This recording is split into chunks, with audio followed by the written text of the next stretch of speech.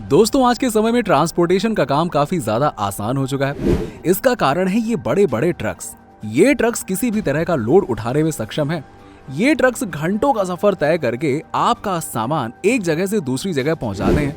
पर क्या दोस्तों आपने कभी सोचा है कि आखिरकार ये बड़े बड़े ट्रक्स को कैसे बनाया जाता है?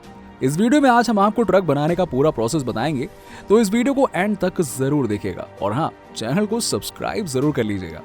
दोस्तों ट्रक बनाने के लिए हम दुनिया का सबसे मजबूत धातु इस्तेमाल करते हैं जिसे स्टेनलेस स्टील कहा जाता है।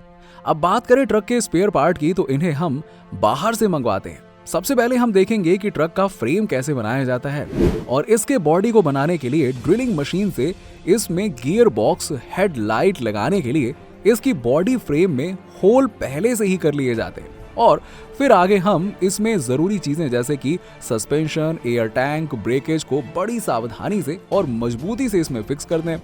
इसके बाद अब इसमें वायरिंग की जाती है। दोस्तों ट्रक में वायरिंग कुछ अलग ढंग से की जाती है। आपको बता दें कि वायरिंग करते समय ये प्रक्रिया को गुप्त रखा जाता है।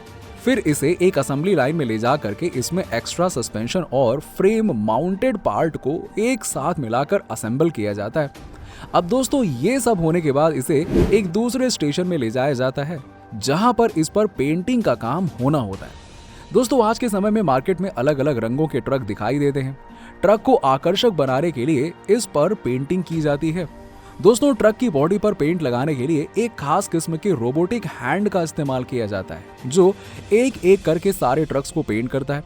पेंट हो जाने के बाद हम इस ट्रक को एक बहुत बड़े ओवन में ले जाते हैं और जहां पर इस पर लगे पेंट को सुखाने की प्रक्रिया की जाती है। अब दोस्तों जैसा कि आपको पता है कि ट्रकों में डीजल का इंजन लगाया जाता है ना? और ये डीजल इंजन भैया काफी बड़े बड़े होते हैं। जी हाँ, इन्हें हैंडल करना बहुत मुश्किल होता है और ट्रक मैन्युफैक्चरिंग में डीजल इंजन का पार्ट बहुत ज्यादा इंपॉर्टेंट होता है। अब भाई इंसानी शरीर में दिल नहीं होगा तो चलेगा कैसे? ठीक उसी तरह से ट्रक में डीजल इंजन नहीं होगा तो वो चलेगा कैसे? अब एक बार पेंट सूख जाता है तो हम ट्रक के सबसे इंपॉर्टेंट पार्ट इसके डीजल इंजन को असेंबल करते हैं। डीजल इंजन को लगाने के बाद इसके बाकी के पार्ट्स जैसे कि क्लच और आदि पार्ट्स को इलेक्ट्रिक वायरिंग की मदद से इसके इंजन के साथ में जोड़ा जाता है।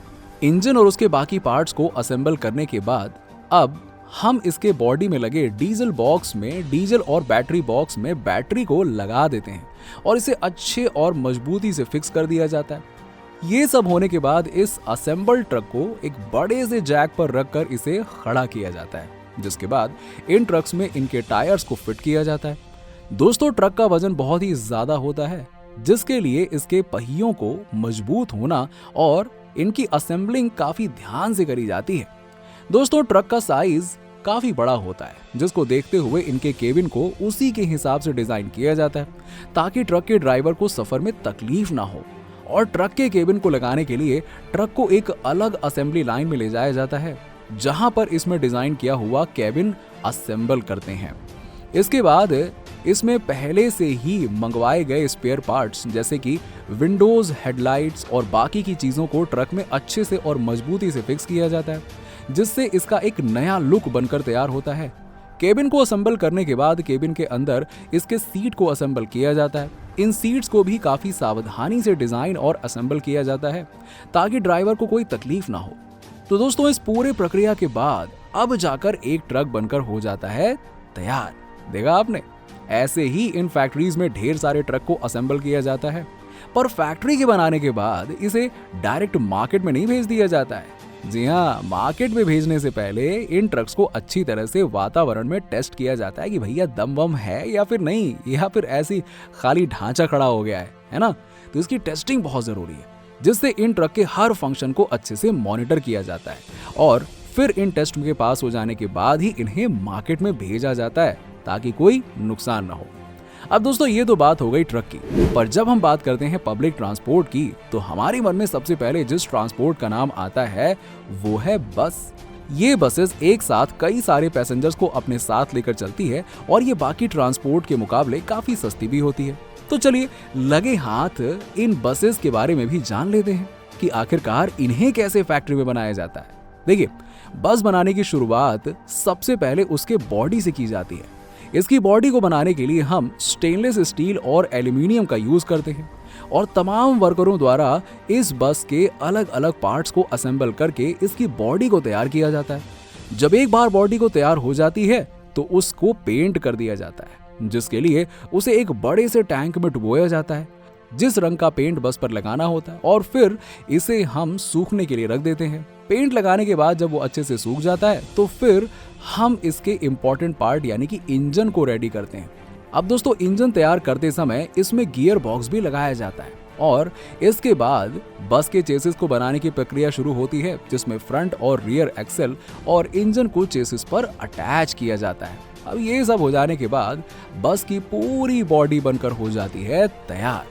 इसके बाद बारी आती है बस के फ्रंट लाइट को लगाने की, और ये लाइट बॉडी पर लगाने से पहले एक पैनल पर इंस्टॉल करी जाती है और फ्रंट लाइट लगाने के बाद बस की ब्रेक लाइट को तैयार किया जाता है यानी कि लगाया जाता है, और फिर एक रबर गैस किट की मदद से खिड़की को बस के साथ अटैच कर दिया जाता है।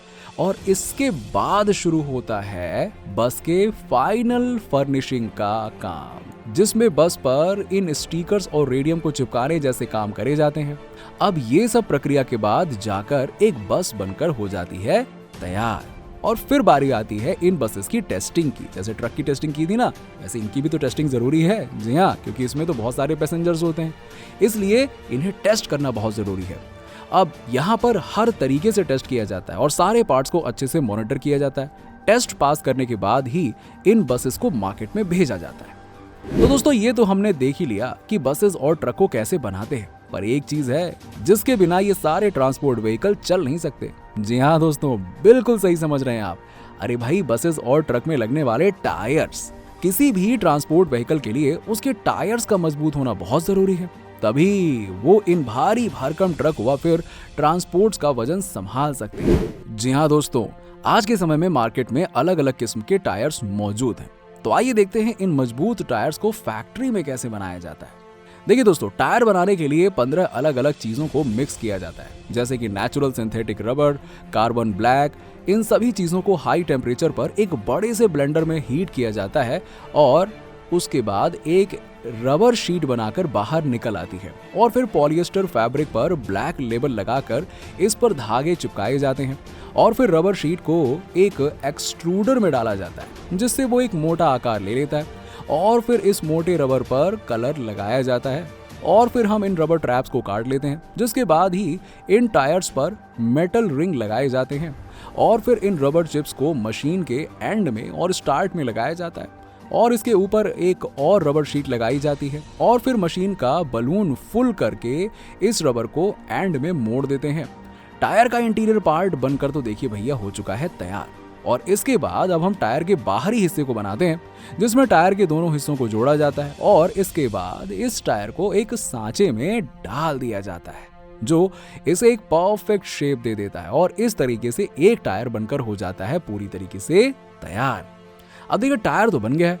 टायर बनने के बाद इसको करते हैं टेस्ट, जहां पर हम टायर की स्ट्रेंथ को अच्छे से मॉनिटर करते हैं, जिससे ये पता चलता है कि ये टायर बड़े बड़े वाहनों का वजन उठा पाएगा या फिर खाली ऐसे ही है ये। जी हाँ, ये जानना बहुत जरूरी है, क्योंकि हर ट्रांसपोर्ट व्हीकल में उसके लिए सबसे मजबूत टायर का होना बहुत जरूरी है। अब दोस्तों, आपने देखा होगा कि मार्केट में कई प्रकार के टायर होते हैं। ट्यूब वाले टायर होते हैं, ट्यूबलेस टायर होते हैं, और लोग ज्यादातर आजकल ट्यूब वाले टायरों को यूज करना पसंद करते हैं, क्योंकि क्या है ना, ये ट्यूबलेस टायर्स आम ट्यूब टायर की तरह पंचर नहीं होते हैं और लंबे समय तक चलते रहते हैं। तो दोस्तों, देखा आपने कैसे बनाया जाता है फैक्ट्री में बस, ट्रक और टायर, और बस ये सारी चीजें आप यूज कर पाते हैं। वैसे आप बताइए, आपको किस प्रोसेस में सबसे ज्यादा मजा आया? कमेंट सेक्शन में कमेंट करके बताइए, और ऐसे ही वीडियोस के लिए देखते रहिए हमारे चैनल को। लाइक और सब्सक्राइब करना मत भूलिएगा, और हाँ, नोटिफिकेशन का बेल आइकन भी दबा दीजिएगा।